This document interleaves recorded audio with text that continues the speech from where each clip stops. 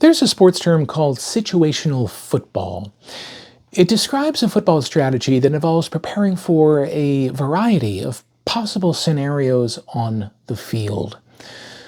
By doing this, success or winning is just a matter of execution, yeah? X's and O's.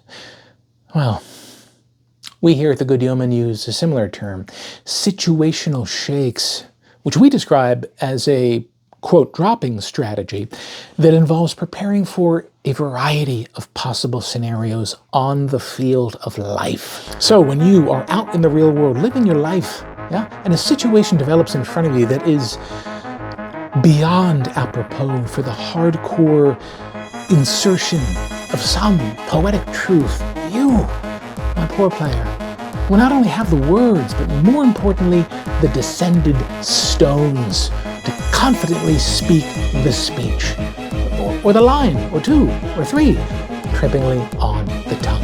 Oh, coach, don't put me in. I'm scared. I'm nervous. My situational shakes game, it's not game ready. It's not game ready. Chill, okay? We got you covered with a segment we call Wicked Wit. Oh, wicked wit and gifts that have the power so to seduce.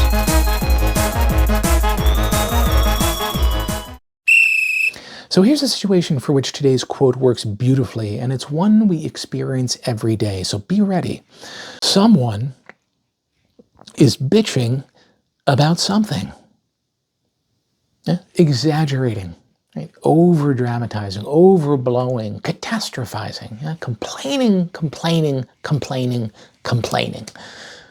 One of my favorite complainers is Mike Huckabee, the new ambassador to Israel, the perfect guy to insert into the heightened chaos of the literalist theological part of the world known as the Middle East. His big complaint, well, can't say Merry Christmas anymore. It's only Happy Holidays. Complain. I've got a work colleague who claimed that the use of the term spirit animal might be offensive to native peoples. I said, Olivia, you're a Spaniard, okay? You're offensive to native peoples. Cortez, you guys remember Caesar Milan, the dog whisperer? I saw his young son, the scion to this guy's fortune, on national television, confronting his old man, went something like this.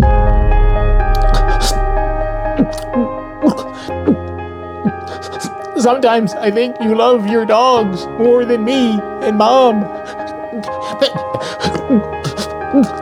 And I don't know why. Your dogs more than us. I complaining. Well, the next time you've had enough, be ready to drop this quote. The quote is this, and it comes from Richard II.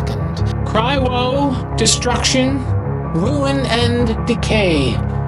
The worst is death, and death will have his day. What a great first expression, cry woe, used as an exclamation of grief or as a denunciation of calamity. Ruin, the downfall or decay of a person or society. Remember that. Utter loss of means, position, or rank, reduced to an abject or hopeless state.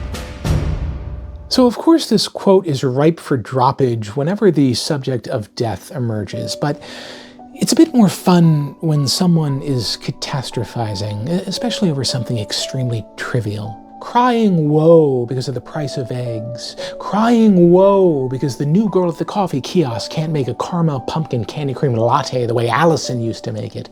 Crying woe because your boyfriend stepped over the cat shit on the way out the door this morning. This is when you drop it. But with the intention in its delivery that it serve as a reminder to pump the brakes a bit. Right? Put things in perspective, for God's sakes. Though the worst is death, and death will have his day. This is a great Stoic truth, right? Memento mori, remember that you must die. Now, a bit of context for this quote. King Richard is truly in ruin.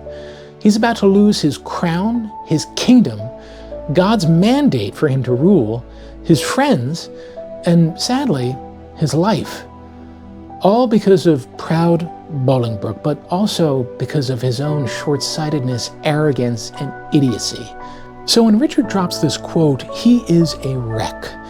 It's amazing. It's as though like 15 minutes earlier he had snorted the last rail of the night, you know, and now he's high and then low and then high and then low again, and high and low.